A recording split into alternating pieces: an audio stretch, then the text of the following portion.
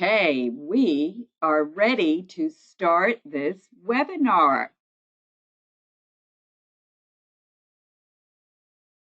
So I am going to start this webinar now. I want to welcome you all to today's Sustainability Essentials webinar, where we are going to be talking about flame retardants and whether the issues around flame retardants are solved. We're very pleased that Dr. Marilyn Black of UL and Dr. Deborah Harris of Baylor University will be our guest panelists today. To start with, I am going to give you a bit of an overview about Sustainable Furnishings Council. We are a membership organization. Our nearly 400 member companies are involved in the residential furnishings industry in various ways, supplying materials, manufacturing products, selling these products in stores, specifying them as design firms.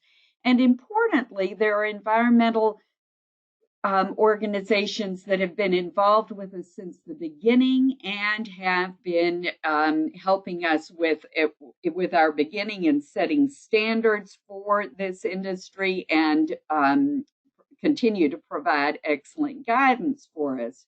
We are an educational organization more than anything else, and we're very pleased to provide this series of webinars every month. We also have a certificate program called Green Leaders, which covers what is this sustainability stuff and what does it have to do with us in the residential furnishings industry. What are consumers thinking? What are they worried about? What are their priorities? And for one thing, health is a big thing they are worried about, and whether their homes might be compromising their health. The course includes lots of questions to ask, answers to look for, and it includes a powerful sales training module. So if you're interested in the kind of thing we're discussing today and want to learn more, please consider joining us for this course, which counts for continuing education through IDCEC and through GBCI. So it's very useful for designers. As many of you know, sustainability is an umbrella term, and there are lots of things that fall under this wide umbrella of sustainability, including what is good for taking care of the ecosystems on our planet and the communities that depend upon those ecosystems, human as well as plant and animal, and the economies that support those communities. So in all our work, you will hear reference to this triple bottom line of sustainability. And you will learn that the furniture industry relates directly to many, many issues that fall under this wide sustainability umbrella. For instance, we are a global manufacturing industry, and all that manufacturing uses an awful lot of electricity, which is created by burning fossil fuels, resulting in CO2 emissions. The second largest emitter globally of CO2 emissions is transportation, and we are a global industry. So we're transporting materials as well as finished products long distances. And the number 3 source of CO2 emissions, which are causing global warming, is deforestation. We in this industry use an awful lot of wood. It is not only outdoor air pollution that's a problem, but also indoor air. Our indoor air quality is compromised by the presence of volatile organic compounds that are in the finishes, which we put on just about everything in our products, and also those glues that hold many of our products together. There are other hazardous chemicals in our indoor environments that persist and that are related directly to human health problems and the compromising the health of other life on the planet. Flame retardants are among those. There are also problems in our industry of toxic waste pollution. There are lots of chemicals that make their way from manufacturing into waste streams and compromise our water quality as well as our air quality. And these problems are often most felt by those that are marginalized in our societies. So social equity is a concern, but not only because of pollution, but also because of labor issues in many, many places. Finally, we throw away an awful lot of furniture. And there is no away. It all goes somewhere, and our landfills are drastically overcrowded in all parts of this country. So we in this industry relate directly to a lot of sustainability issues, and we in our organization address these issues with our initiatives. Our What's It Made Of initiative, for instance, is for encouraging transparency in our complex supply chains and stimulating innovation towards the elimination of this handful of hazardous chemicals that are most commonly found in furnishings. We have a wood furniture scorecard as well, and I'm mentioning this now because we are beginning our assessments of retailers for the 2020 scorecard. We'll be assessing them for their wood sourcing policies throughout this spring and releasing the scorecard in the summer. These things are important because our planet is in such trouble. This is a video showing weather anomalies since the beginning of the Industrial Revolution. The blue is when it was cooler than normal. The orange and red are when it was warmer than normal. And you can see the place is heating up. So this is one example of the dramatic issues that we need to be addressing. And I hope you'll join us in our work in addressing these. I'm especially pleased that we have with us today as our guests Dr. Marilyn Black of UL and Dr. Deborah Harris of Baylor, who will be talking with us about the problems of flame retardants as they occur in our furnishings. So with that, Marilyn, I am turning it over to you. And you can unmute yourself, and we will be so pleased to hear you.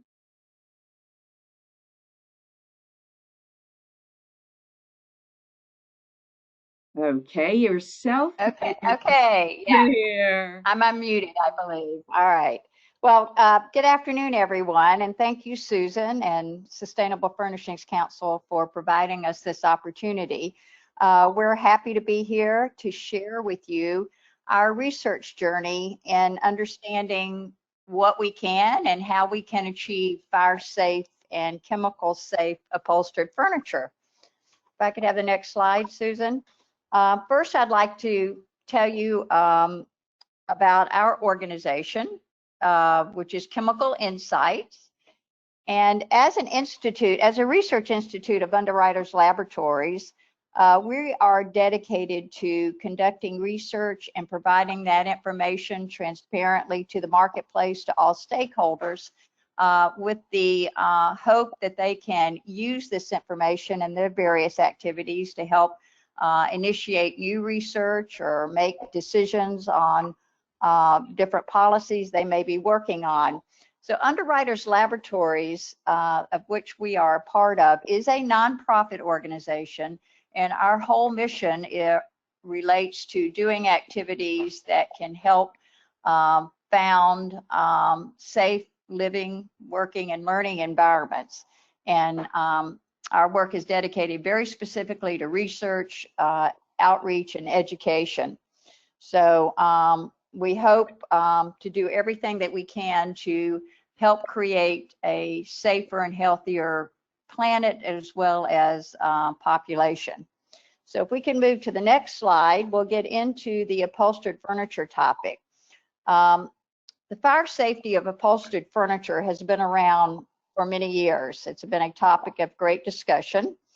And there have been various fire protection strategies that have been in place in the marketplace for a number of years. These have included the selection of appropriate cover fabrics and materials that are resistant to the ignition from smoking materials. There have been processes for treating polyurethane foam with fire retardants to reduce fire growth. And there have been the use of fire barriers between polyurethane foam and cover fabrics to reduce fire growth from the polyurethane foam in particular. It's important to recognize that there is no national furniture flammability standard for upholstered furniture, and has not been for a significant period of time. There is a standard in the state of California called California Technical Bulletin 117 related to the fire resistance of upholstered furniture. That particular standard was updated in the year 2013 and changed from an open flame test to a cigarette smoldering test. So that's currently what exists from a regulation standpoint. Next slide. The health effects of flame retardants have also been a very significant topic of discussion.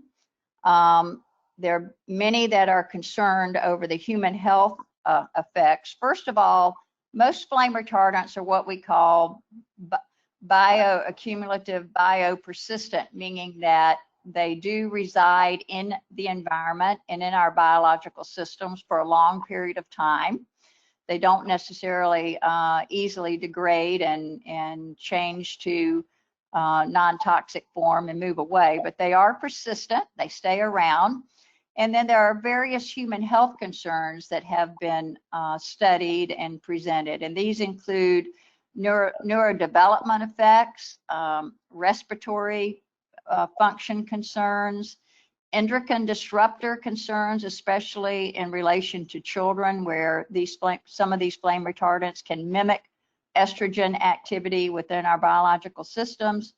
And then there has been the concern over some of these being associated as a reproductive toxin, producing effects such as decreased fertility, decreased sperm quality, and birth rate among babies. So in order to address this particular issue, we asked the question, well, we're a very innovative society, so can we have what we call chemical safe and fire safe furniture? And can we do this in a way where we don't have to sacrifice one safety feature over the other? This is sounds like an easy question, but we found out that it was a pretty difficult question among the various stakeholders involved. And so as we began this journey a few years back, the first thing we did, and Susan, if I could have the next slide, the first thing we did was to bring all of the key stakeholders together. And we said, let's begin this journey by bringing industry, public health professionals, researchers, policymakers, chemical manufacturers all together, and so that we can learn what we know about flame retardants and their use or non-use in upholstered furniture. What do we know? What do we don't know? What is what science is available to help us understand this issue? So we actually held the first summit in the year 2014, bringing everyone together. We also had the fire industry there, someone I didn't mention, but we had all of the key stakeholders. And that first meeting we held at Georgia Tech here in Atlanta, and it was an interesting meeting, and I call it kind of a get to know everybody and kind of how are we going to play in the sandbox together. Everyone came with kind of vested interest in this particular issue and different levels of information. So the first meeting was to get to know everyone, and then in 2015 we brought everyone back together, same location, most of the same people, and talked about the science that we had available. And we asked this group to help us define approaches that we might take to help bring science to the table to have a better discussion and possibly develop pathways leading us to this fire safe, chemical safe furniture.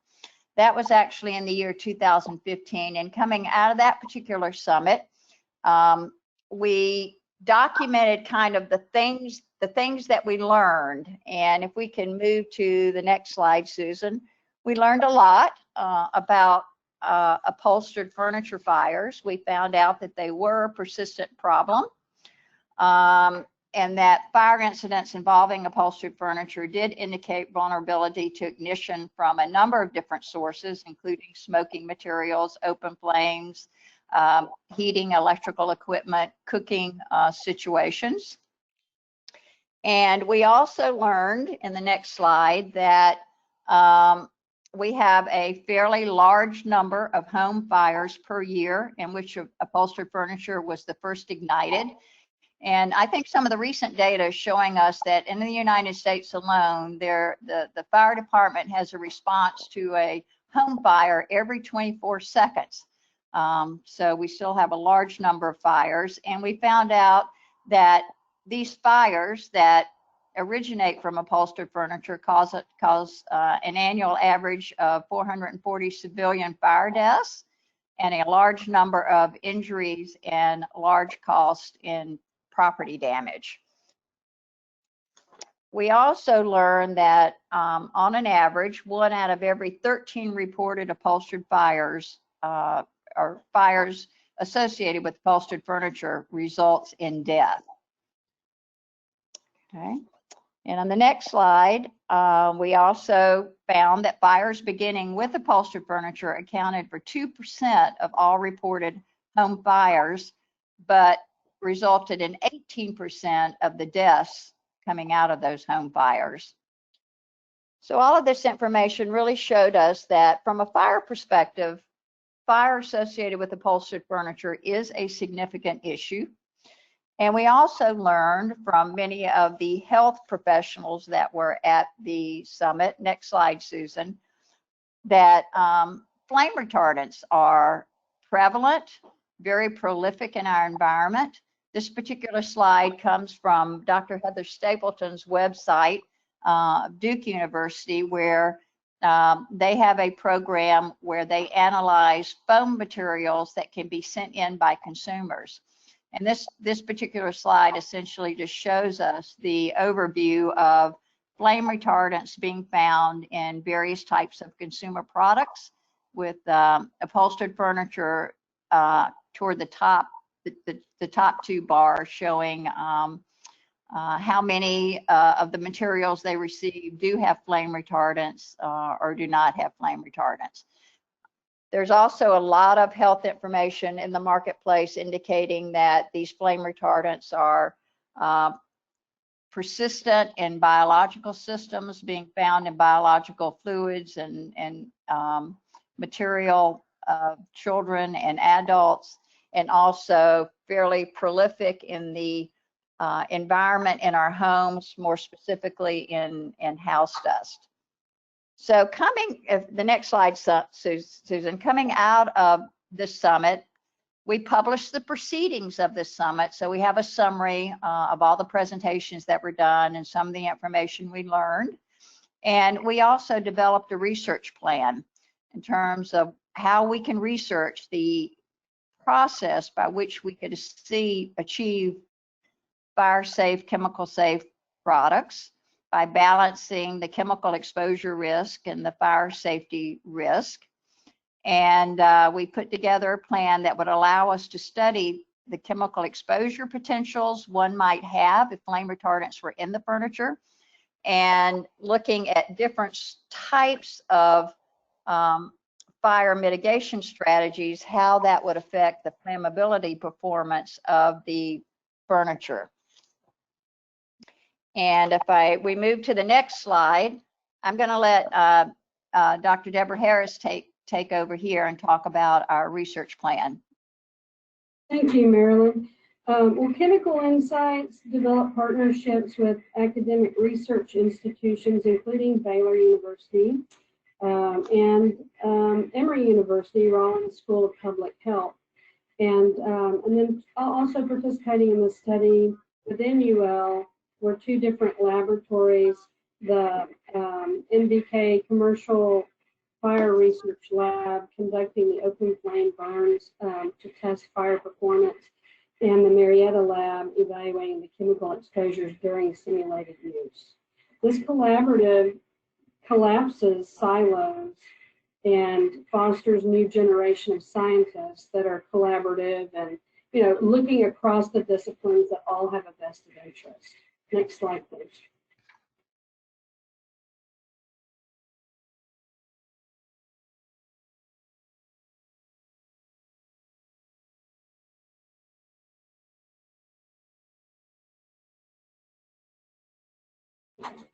Okay.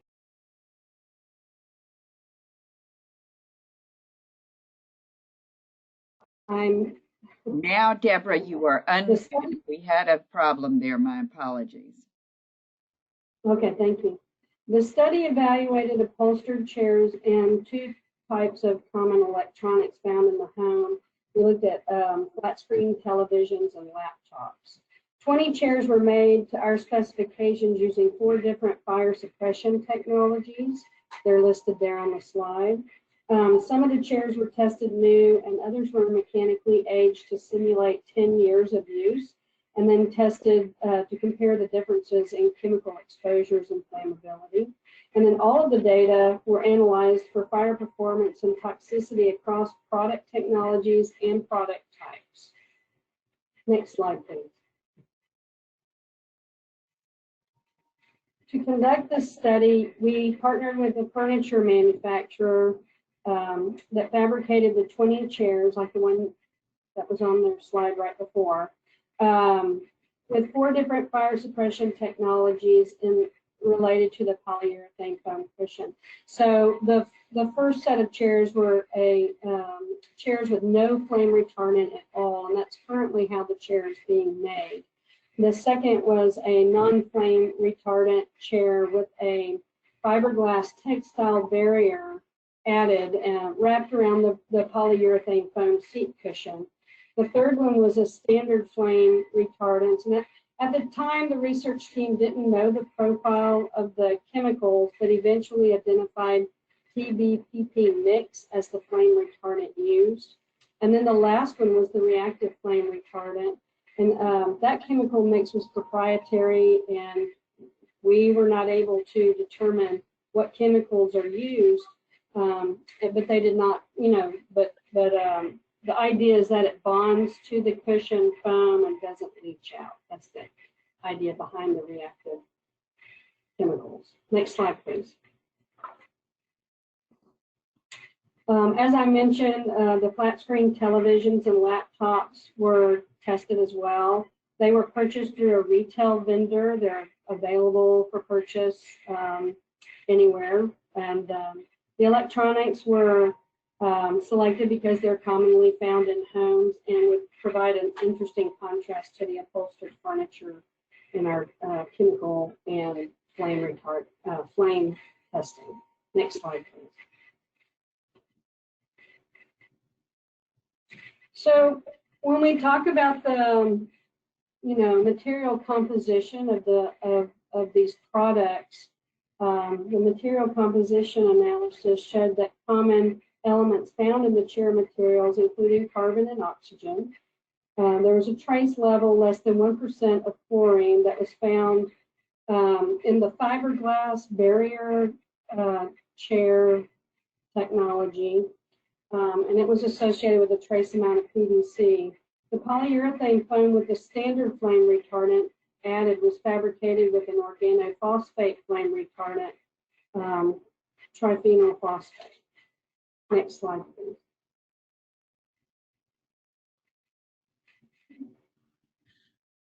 And I think at this point, I hand it back to Marilyn. Okay, and so Marilyn, let's be sure. Okay, I'm off mute now. You are.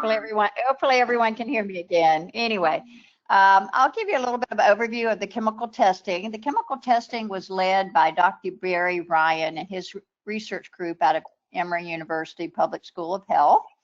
And the testing of these chairs was actually performed in our research laboratory here in Marietta, Georgia, where we have these specialized exposure chambers that allow us to study low levels of chemicals under realistic conditions. So the chairs were tested in these exposure chambers, and we had a robot design that actually had a free fall of a 125-pound equivalent person sitting in the chair. During air testing, it would operate so that it simulated actual use of the chair. And the testing that was done, we did inhalation testing by monitoring volatile organic chemicals as well as aldehydes in the air, and also the flame retardants. And then from an oral exposure route, dust wipe samples were collected from the floor, catching the settled dust or particles which came off of the chair and ended up on the floor. These were collected using a dust wipe technique, and then flame retardant analysis conducted on that dust.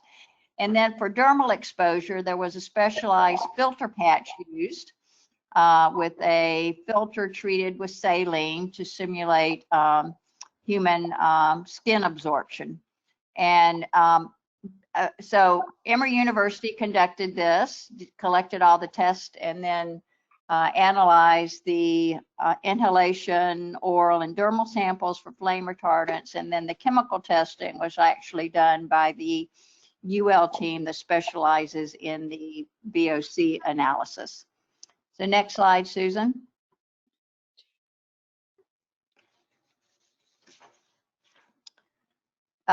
This is a summary kind of the key findings that we found from the chemical exposure. Overall, coming off of these chairs, we found a complex mixture, but low levels of volatile organic compounds from all the chairs. All of the VOC levels that we measured were well below any of the common industry standards like BIFMA, LEED, GreenGuard, relative to VOC emissions. We found that most of the VOCs coming off of the chairs were very similar. These included chemicals such as alcohols, ketones, glycols, siloxanes, aldehydes, carboxylic acids, all that were associated with the chair materials in general. We found that the aged chairs, and I think Deborah talked about, we took a subgroup of chairs and actually aged them mechanically to simulate a chair basically being 10 years into its use age. And then we tested these aged chairs just as we did the new chairs from the flammability and chemical side. But we did find that the aged chair showed a few more specific polyurethane foam chemicals such as dioxylanes. We found that the chair that had been, where the polyurethane foam had been treated with a reactive flame retardant, showed a series of diols and bisphenols.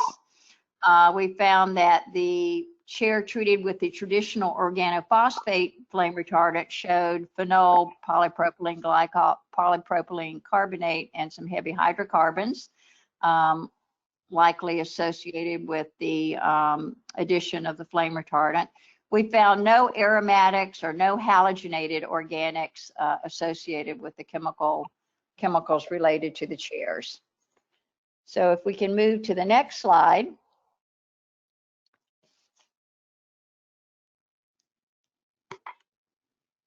The next slide, Susan. Okay, this shows the very specific flame retardant findings. We found that tris isobutylated phosphate and triphenyl phosphate were the primary flame retardants that were added to the chair with the traditional organophosphate.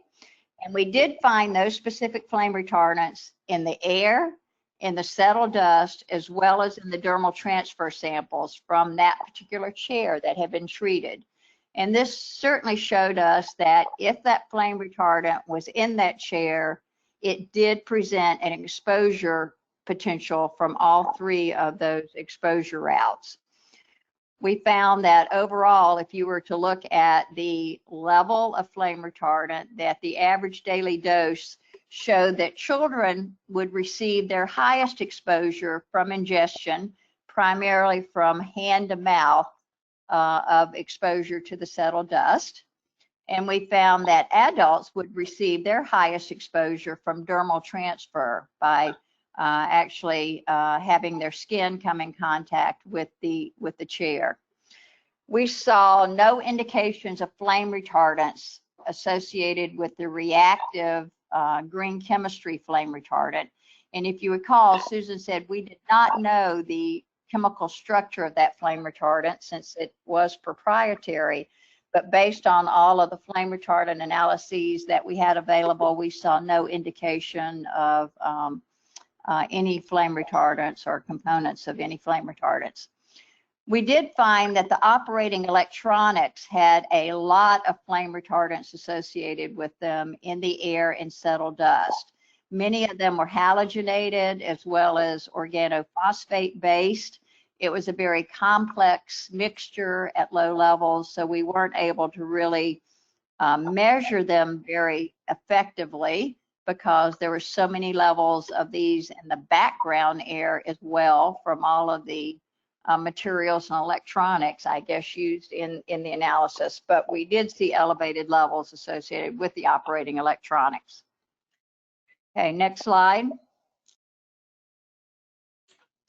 Okay, so now we're going to move to the fire performance testing of the chairs, and I'll switch back to Deborah for this. Thank you, Marilyn. So California Technical Bulletin 117/2013, Marilyn mentioned it before.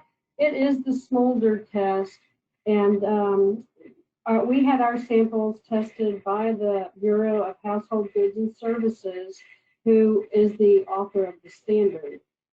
All chair types in the study, with and without flame retardants or with a barrier, had components that failed that test. To pass, the cover textile resilient filling materials and decking material had to individually pass. If the cover textile doesn't pass, then the barrier material has to pass, and it did not. Fire performance was tested in a calorimeter in an ISO 9705 test room. So we ran the same sensors to collect data and compare across these two different ways of measuring the flammability performance. The top image here shows the test chair in the ISO 9705 test room that was built for this study.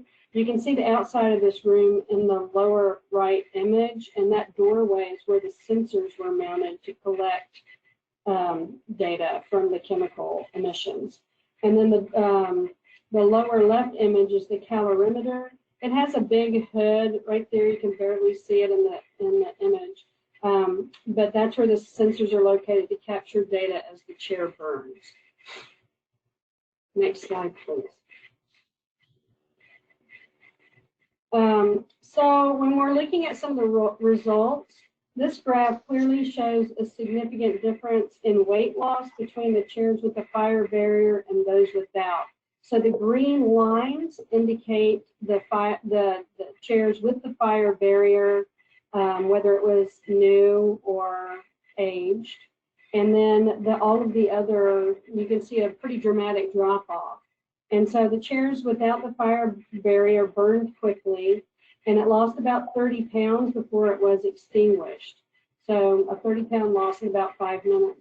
The chairs with the barrier was allowed to continue to burn for an hour and showed a weight loss of about 5 pounds.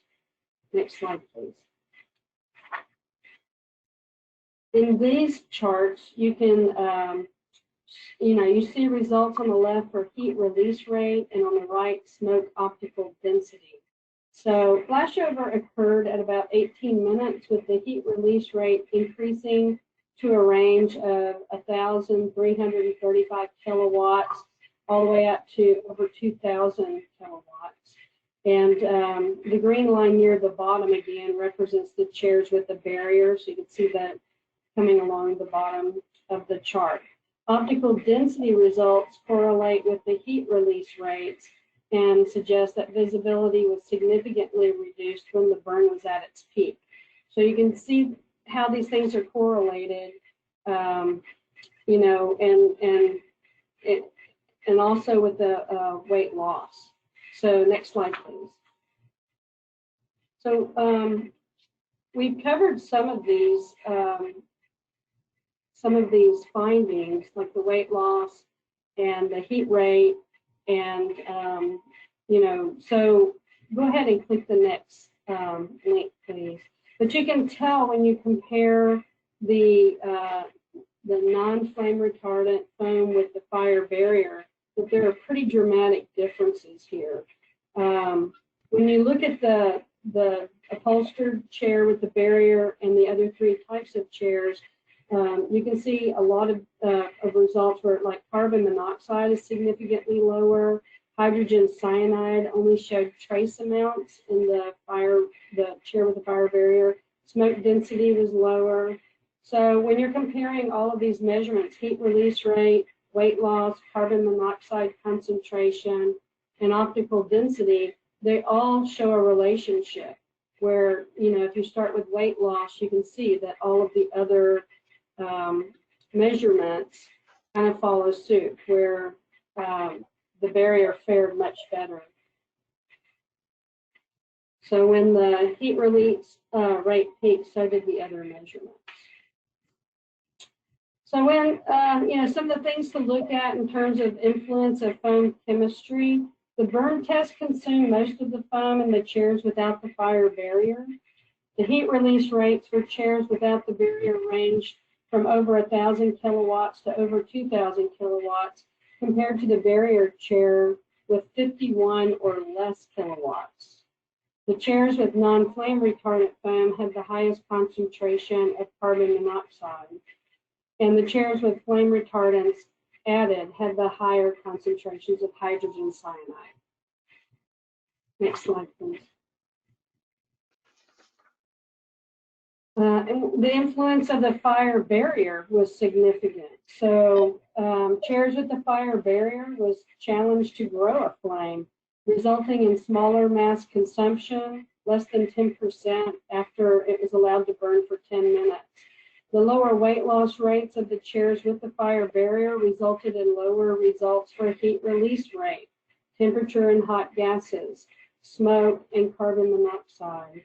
And no hydrogen cyanide was detected in the test of the chairs with the fire barrier. You know, it showed a trace amount, but it wasn't detectable. Next slide, please. And I'm going to let Marilyn take it from here. Okay. I think I'm back on. Okay, so this particular slide kind of brings all this data together, comparing the upholstered furniture heat release rate with the electronic items. And if you start on the far left, you'll see the little green bars, and that's demonstrating the heat release rate from the chairs with the fire barrier, which was very small, less than 50 in general. And then moving on to the chairs without the fire barrier, you see the three different types with the organophosphate flame retardant, with the reactive flame retardant, or without the flame retardant. And they were all somewhat similar in terms of heat release rate. And then moving on, you can see the electronic items were just barely measurable in terms of heat release rate. And then on the very end, we put the mattress standard. There is a standard, a flammability standard for mattress materials, and that particular, I think it's 200. So that particular depiction shows you how much greater the heat release rate was coming from the individual chairs versus the mattress and the national standard that's in the marketplace for a consumer mattress. Okay, so that kind of summarizes it. And then here are kind of bullets of the significant findings. First of all, we found that the use of a fire barrier in the chairs showed a very significant reduction in numerous hazards. We found that the chemistry of the foam did not seem to have a significant influence on fire performance, whether it did or did not have flame retardants.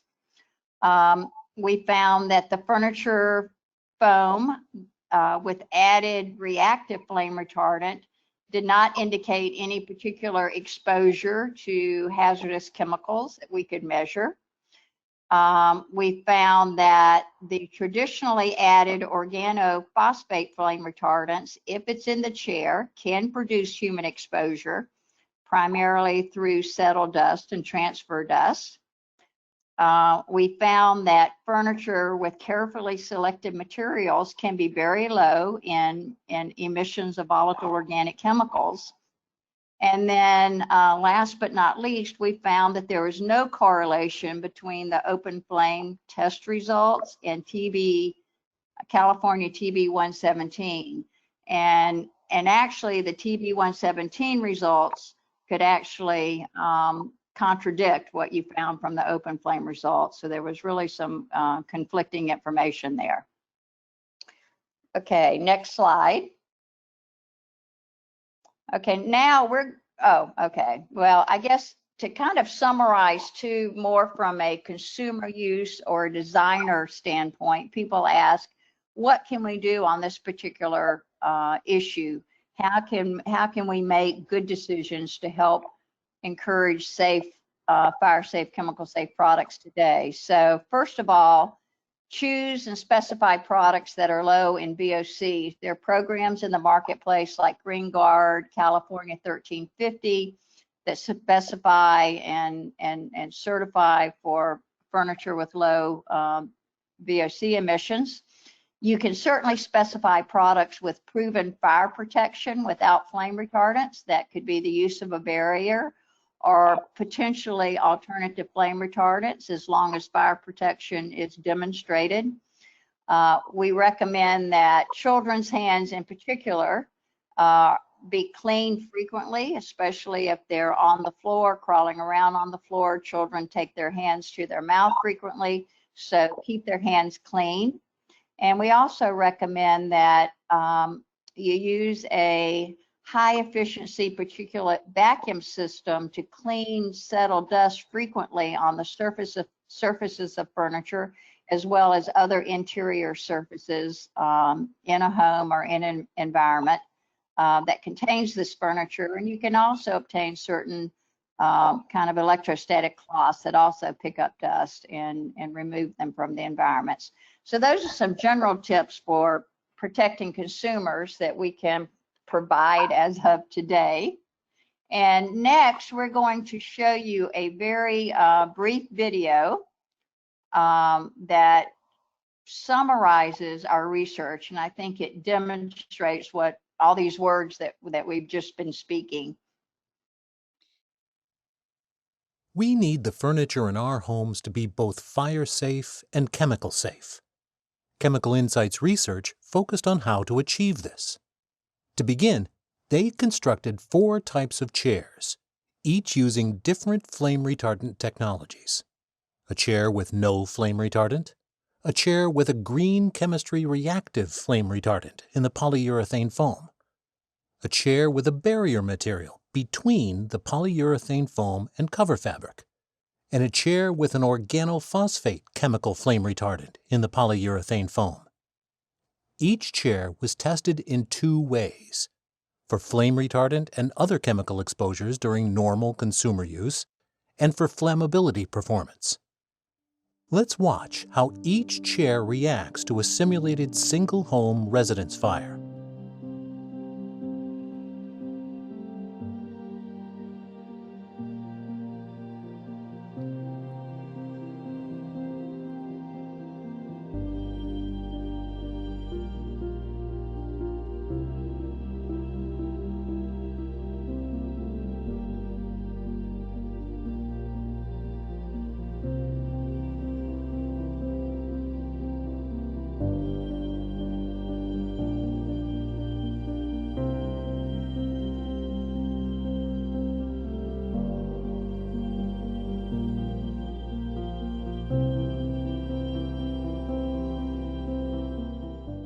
Just over 15 minutes into the fire, 3 of the chairs were manually extinguished, since they had reached peak burning and most of the fabric, foam, and wood had been consumed.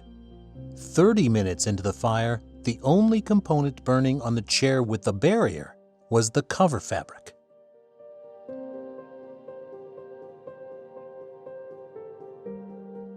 This research was conducted by Chemical Insights and Underwriters Laboratories Institute in collaboration with Emory University, Rollins School of Public Health. Learn more at our website. I think the last comment I would like to make is that we feel that our research has shown that, we have a significant issue still with upholstered furniture and the propensity for fire as well as chemical exposure. And in order to grow from here, what we would like to do, we have a call to action. We're going to form a task group, and we would like for anyone that's interested in joining on our journey to sign up to work with us as we begin to develop a guidance document on how we can achieve chemical and fire safe furniture. We would like for this guidance document to provide information not only to suppliers and furniture manufacturers, but also to consumers at the point of sale, so they know the questions to ask around the issues that are most significant to them. So we hope you will join us on that journey, and we thank you for your time and interest today. Yeah, thank you. Thank you so much for this good work and for this invitation for industry members to join this task force, which anybody can do by, well, we'll send an email, but anybody can contact us at admin@sustainablefurnishings.org if they want to say now that they want to get involved. And with this, I am going to take questions. There are many questions that have come in on the chat box. I'm going to read the questions, and then you, Dr. Black and Dr. Harris, can answer. So, what ignition source was used to ignite the chairs is the first question we have. It was a flame. It was a gas flame for the chairs during the flammability test and the 90, the ISO test room and the calorimeter. When you do the smoldering test, it's a cigarette burn test. So they're climate controlled cigarettes that are specifically made to conduct that test. Okay, good. Thank you. Was the glass fiber barrier fabric difficult to work with? How can you ensure that the fabric will stay in place when it's in contact with the polyurethane foam? Marilyn, I'll take this one too. It actually has a nice hand to it. Mm-hmm. It was a very flexible textile that I think was fairly easy to wrap the polyurethane cushion in. It stays put because it's sewn on. It's not, mm-hmm. It's attached as part of the chair fabric. And then it's also worth noting that there are other types of barriers out there. We happen to go with the fiberglass one, but there's other barriers as well. Okay, that's good to know. The same asker is wondering if it would be hard to cut or flimsy, but it sounds like it was pretty much like another layer of fabric, right? Yes. And it's made of fiberglass, to answer another question we've got. Good. Yeah. But as you say, there are others that are made of other things, but that wasn't part of your test. Okay, and so there are a couple of people who have asked that about the material. So let me ask, do you all have plans to test other materials that are used for barriers?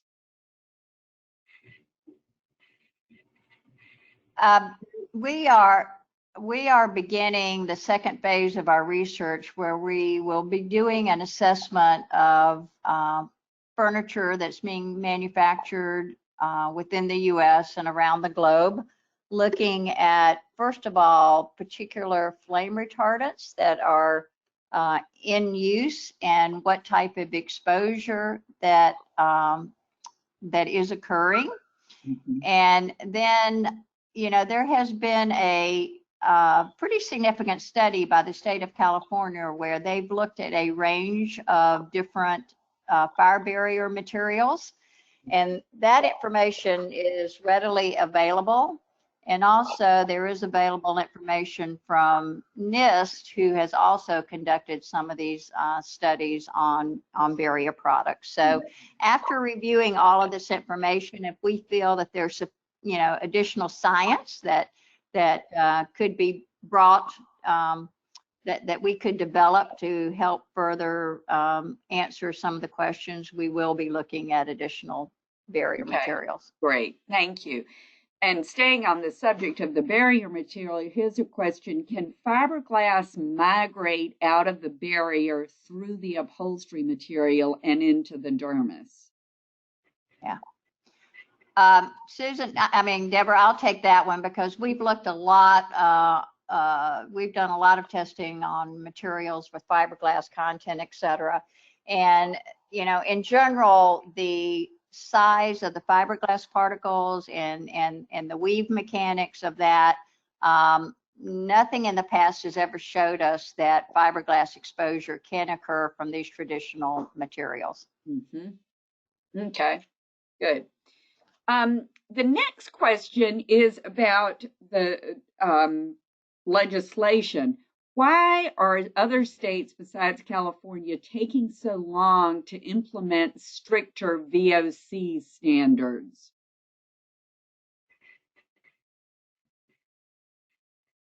Well, why are they taking longer for what? To VOC implement standards? VOC standards, and we could, since we're really on the topic of flame retardants, we could talk about legislation for regulating flame retardant as well. But you know, these are 2 of 5 classes of harmful chemicals that are commonly found in furnishings and that are not very well regulated. So it is an example of the fact that there are, of all the many chemicals and classes of chemicals that make modern life easy, in some ways there are consequences, and sometimes those are health consequences, and sometimes it takes a long time for legislators to recognize that those health consequences are more important than the profits the chemical companies might be making, for instance. Right. Well, on the VOC side, you know, there's there is no national regulation on acceptable levels of VOCs in the indoor environment, and that's whether it's in an office complex or even your home. But there are numerous programs now in the marketplace that address that and allow manufacturers to take the steps and verify and communicate to the marketplace that they have these low VOC emissions. And, you know, that's become especially very standard within the commercial industry, but is really kind of just beginning on the residential side. We have the tools to do that. And I think we're beginning to see more and more of that. Many children's furniture, et cetera, that's in the marketplace now is meeting these standards, and we'll continue to see that grow. On the flame retardant side, the health impact of flame retardants has been something that has been being studied for a long time, and we are still learning a lot from that. And I think regulation from that perspective it is really just beginning. We have no national regulation, but certain states are beginning to ban the use of certain flame retardants in consumer products, and that's happening on a state-by-state process. And I think we will begin to see more of that occur as well. Yeah, good. Thank you. And one of our participants notes that Maryland is one of those states that currently has pending legislation to ban flame retardants. Here's the next question. There are certain manufacturers that are redesigning their upholstery for fire safety. They also no longer accept cover fabric that from their customers that has flame retardant treatment. How much does the fabric affect emission and fire spreading on furniture? That is the cover fabric, what is on the very outside. How much does that fabric affect emission and fire spreading? Well, I mean, the fabric that we specified for our 20 chairs was a cotton fabric with no flame retardant in it, because we wanted our baseline chair with no flame retardant to be that. So it was standard across all the chairs. I think if you specified a textile that had flame retardants, it might have fared better, but it may have passed the smolder test. Mm-hmm. But if the manufacturer is not going to accept that as a customer's own fabric, then you're going to be, testing. You're going to be having to pass these tests with the assembled, the individual components that would assemble. Yeah. And it can be challenging. Mm-hmm. Yeah, I would like to add one comment on the textiles. And one thing that we're seeing, flame retardants in many cases are being removed from the polyurethane foam, but we have seen a number of textiles where flame retardants are being added into the backing of that particular textile, kind of in replacement of not putting them in the foam. And that can certainly present a pretty significant exposure hazard if that's occurring. Yeah. So something that you need to make sure you're not getting. Yeah, that because it's the same chemical, just in the fabric instead of in the foam. And the video is available. This whole webinar is recorded and will be available on our website, but the video is available so you can see actually when you're watching those 4 chairs burning, the difference in the different the rate at which just the natural cotton fabric burns. Next question, how effective is it to replace polyurethane foam with latex? Is flammability the same, and what is the difference in chemical safety? Have you included latex, pure natural latex in your tests? That might be something that would come up in future research. Yeah, good question. We have not looked at the natural latex products. Okay, thank you. And Susan, if I could add to our research report that covers all of this research and all of the details of the methodology and even more data than we presented today is available on our website. Great. So if anybody that wants to really get into all the details, that full research report is available. Good. So there's the website to see the full research report. Here's a question about cost. How expensive is it to incorporate a fiberglass barrier? How much cost does it add to incorporate fiberglass barrier fabrics in furniture? So we specified the barrier, and it was sent to the manufacturer of the chairs, and they put it into their fabrication process. And they said with the labor, because you're basically wrapping something you're already going to wrap, that the estimated cost increase was 15% to the consumer.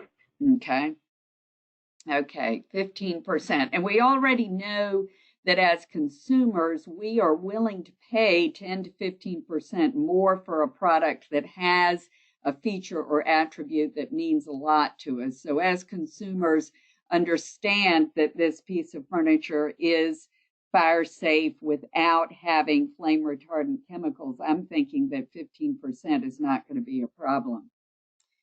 Good. And the question about, are there any furniture manufacturers making furniture with this kind of fabric? Yes, there are. And and further, more importantly, probably, there are manufacturers that are willing to do it for designers and retailers who ask for it.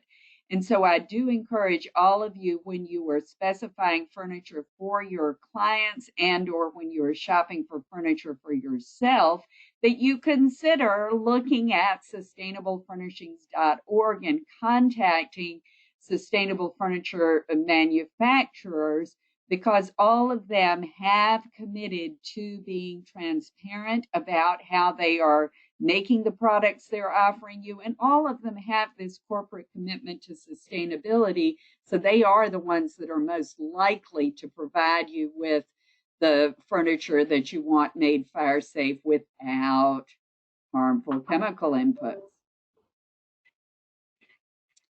And then we have a couple of questions about joining the task force. So, and lots of expressions of appreciation. I want to add my expression of appreciation to both of you, Dr. Black and Dr. Harris. It's just been great to get this information and have all of these details. So those of you who want to be part of the task force, you will be hearing from us. But as I said, you can contact us anytime. And here is one email that you can use right here, admin@sustainablefurnishings.org. We are happy to be responsive to you.